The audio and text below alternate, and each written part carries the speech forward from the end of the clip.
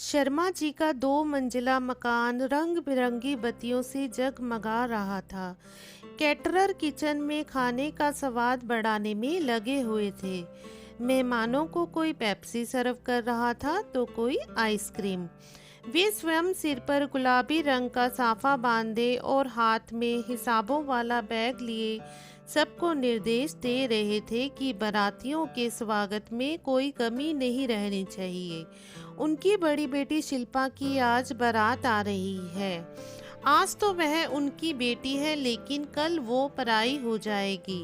यही सब सोच रहे थे कि मिसेस शर्मा ने उनसे कहा, सुनिए, बारात आने का समय हो गया है और आपकी लाडली है कि अभी तक दरवाजा बंद किए बैठी है, अकेले ही तैयार हो रही है। सहेलियों को भी बाहर कर दिया है, मेरी तो सुन ही नहीं रही है।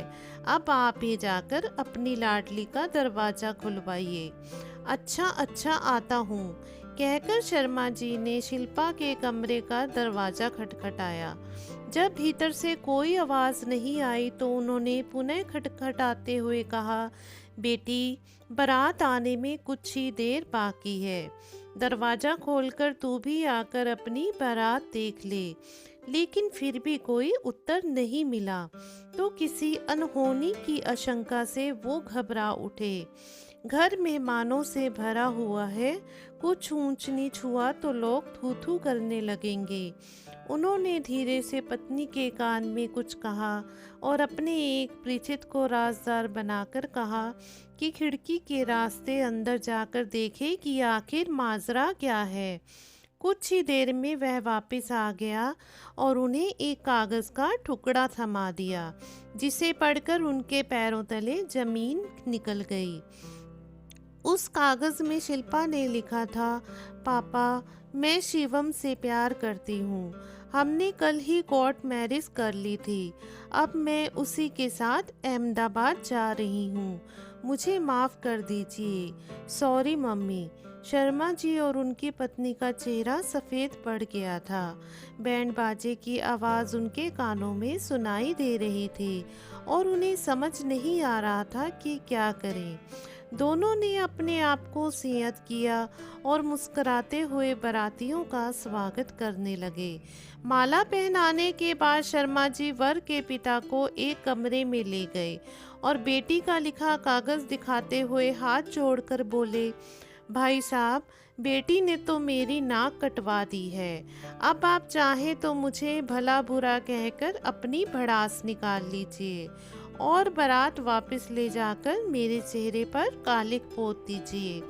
मैं आपका गुनाहगार हूँ, कहते हुए वो रोने लगे।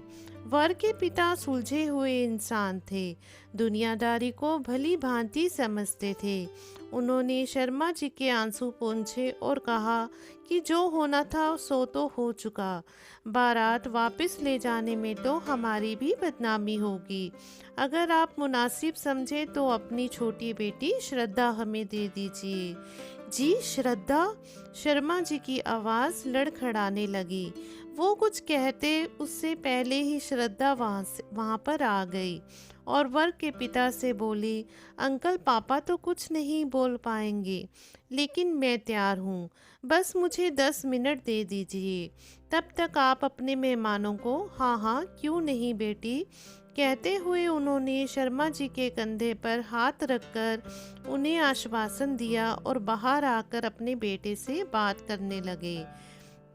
श्रद्धा ने विनय को मैसेज किया, विनय, घर पर बारात खड़ी है और दीदी घर से चली गई है।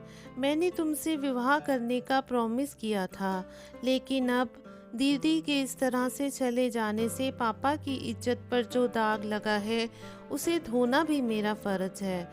तुम क्या कहते हो?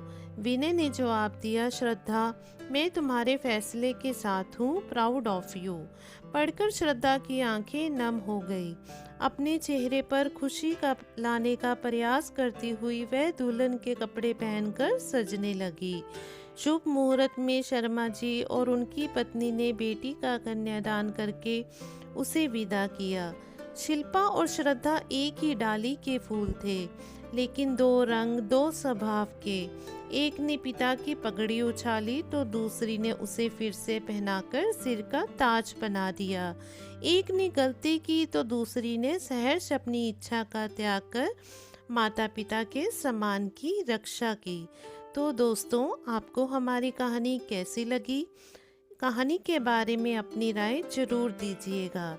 कहानी अच्छी लगी हो तो कहानी को लाइक कर दीजिएगा, शेयर कीजिएगा और चैनल को सब्सक्राइब कीजिएगा। धन्यवाद।